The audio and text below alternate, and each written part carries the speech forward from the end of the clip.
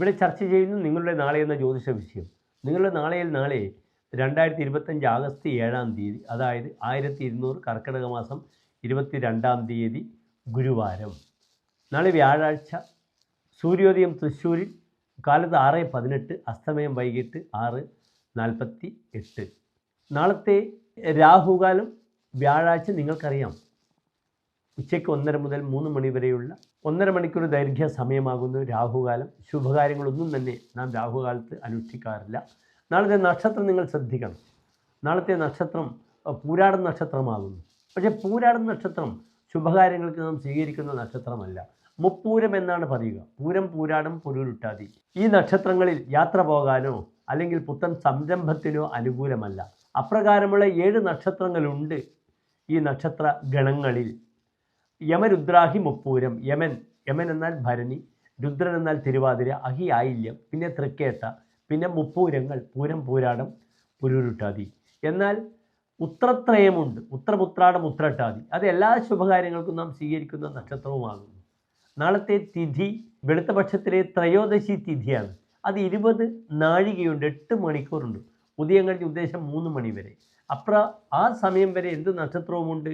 ആ സമയം വരെ പൂരാടം നക്ഷത്രവുമുണ്ട്. അതിനാൽ എൻ്റെ പ്രിയപ്പെട്ട പ്രേക്ഷകർക്ക് നാളത്തെ ദിനം യാത്രയ്ക്കോ അല്ലെങ്കിൽ പുത്തൻ സംരംഭത്തിനോ ധനകാര്യവുമായി ബന്ധപ്പെടുന്ന പ്രവർത്തനങ്ങൾക്കോ ചർച്ചകൾക്കോ മധ്യസ്ഥ ചർച്ചകൾക്കോ ഒന്നും അനുയോജ്യമല്ല. അതിനാൽ പ്രിയപ്പെട്ട പ്രേക്ഷകർ നാളത്തെ ദിനം സാഹസകരമായ കാര്യങ്ങൾക്കൊന്നും തന്നെ സമയം ചെലവഴിക്കരുത്. നാളെ നിങ്ങൾക്ക് പൂരാടം നക്ഷത്രമാണ്. അതിനാൽ ഭരണിപൂരം, പൂരാടം ഈ നക്ഷത്രങ്ങളുടെ അധിപനായ ഗ്രഹം ശുക്രനാകയാൽ ദേവീക്ഷേത്രത്തിൽ നിങ്ങൾക്ക് വിളക്കുമാല പായസം അവിടെ വഴിപാടായി ഭഗവാന് സമർപ്പിക്കാവുന്നതാണ്.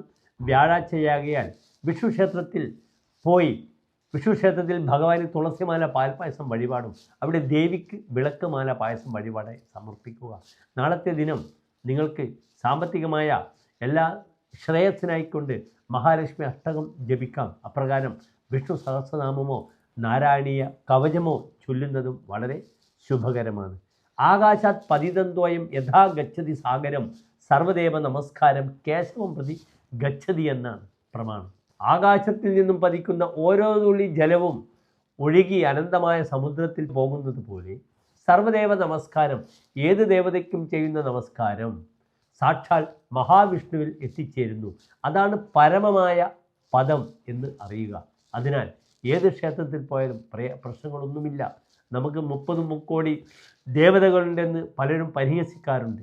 ഏത് ദേവതയുടെ സങ്കേതത്തിൽ ചെന്ന് പ്രാർത്ഥിച്ചാലും അത് പരമമായ മഹാവിഷ്ണുവിൻ്റെ പദത്തിലേക്ക് എത്തിച്ചേരുന്നു എന്ന തത്വം മനസ്സിലാക്കിയാൽ സർവം ഖല്യുതം, ഇതൊക്കെ ഒന്ന് തന്നെയാണ് എന്ന ഒരു ജ്ഞാനത്തിലേക്ക് നാം എത്തിച്ചേരും. ആ ജ്ഞാനമാണ് പൂർണ്ണമായ പരബ്രഹ്മ ജ്ഞാനം.